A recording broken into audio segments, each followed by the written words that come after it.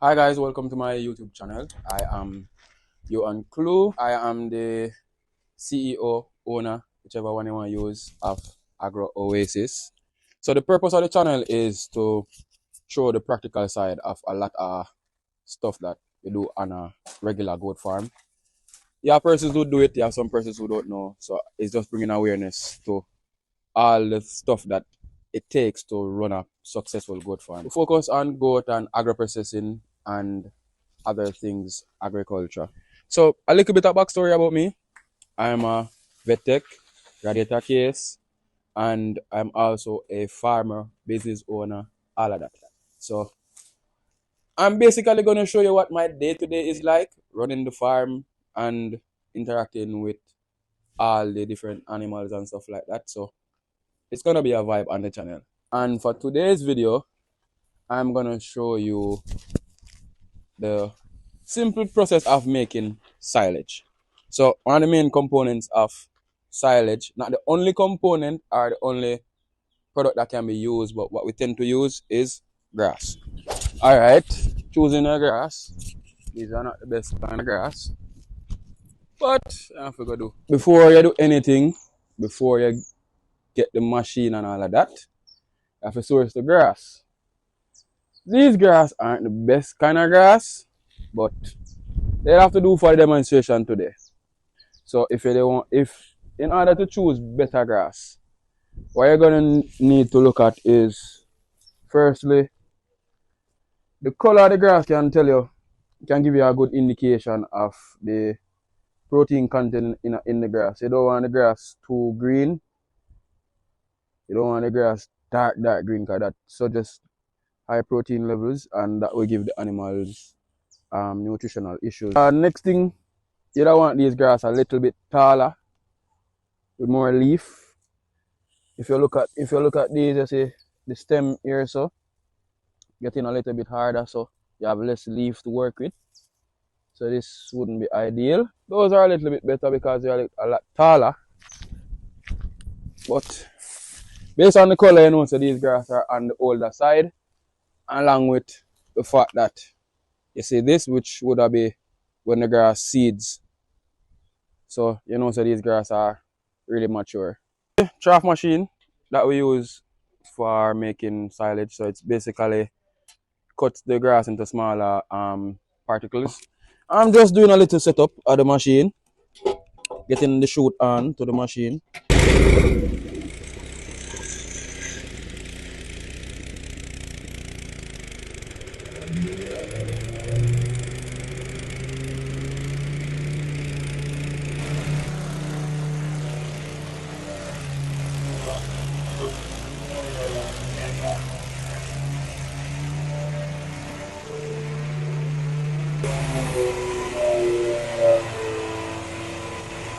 So after we run the grass through the machine, we're gonna get different particle size.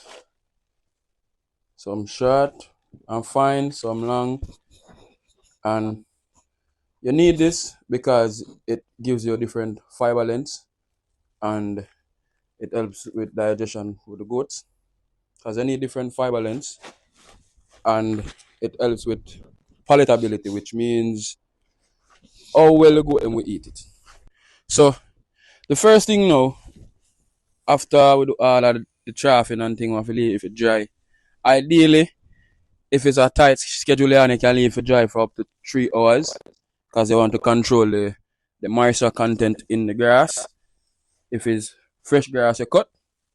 But if it's a case where you don't have to rush it, you can leave it for up to a day or two, depending on the amount of moisture in the grass. But this grass currently doesn't have so much moisture in it, so we can leave it for up to a few hours to just blow out, spread it out thinly, so as to get a lot of surface area so it can dry out properly. So we've done the drying of the grass after we cut up and everything, so we're moving on to second part of it. So we're adding diluting the molasses, so we're gonna do a 1-to-1 ratio of water to molasses, and when we get that mixture, we're gonna use that mixture to coat the grass and with the fermentation. You need the molasses right now. As I said, we're gonna do a 1-to-1 ratio. So this bucket is about half. So we're just trying to match the molasses with it until we get a nice consistency. Not too watery and not too sticky.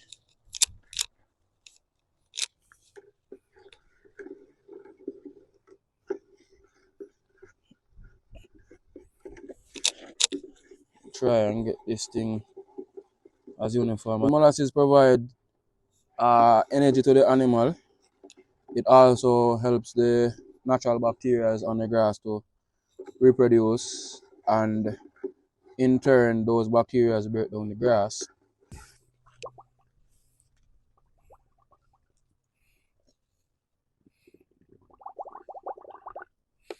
So before we start adding the grass or anything, we'll coat our container. So we have the drum, we're gonna put it in. Just coat the drum so as we have molasses right around the grass when we put it in. Now we're gonna add the grass to the drum. So if you look at it, you see the different lengths. Nice. Adding grass to the drum.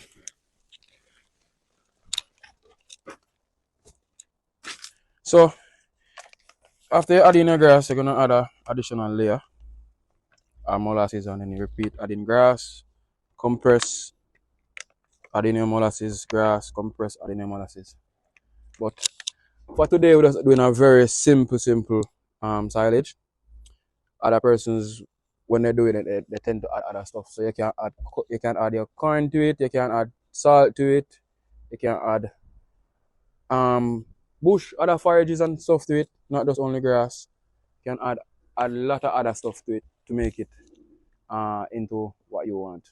So for persons wondering, why silage? Silage is basically a preservation method in the times when you have abundance. So for persons who tend to have severe drought and then a lot of rainfall and you have a lot of grass or other forages, you can harvest them at the optimum time and you make your silage and store it for times when there is drought. So after we did multiple layers, so we had layer of grass coated with molasses, and then we compress, and we did that until the drum is filled.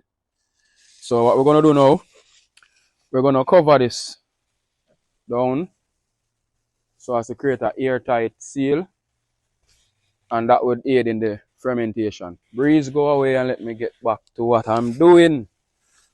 So we add the scandal bag over it, add additional airtight seal to it, add on the cover, and now we're gonna tape it.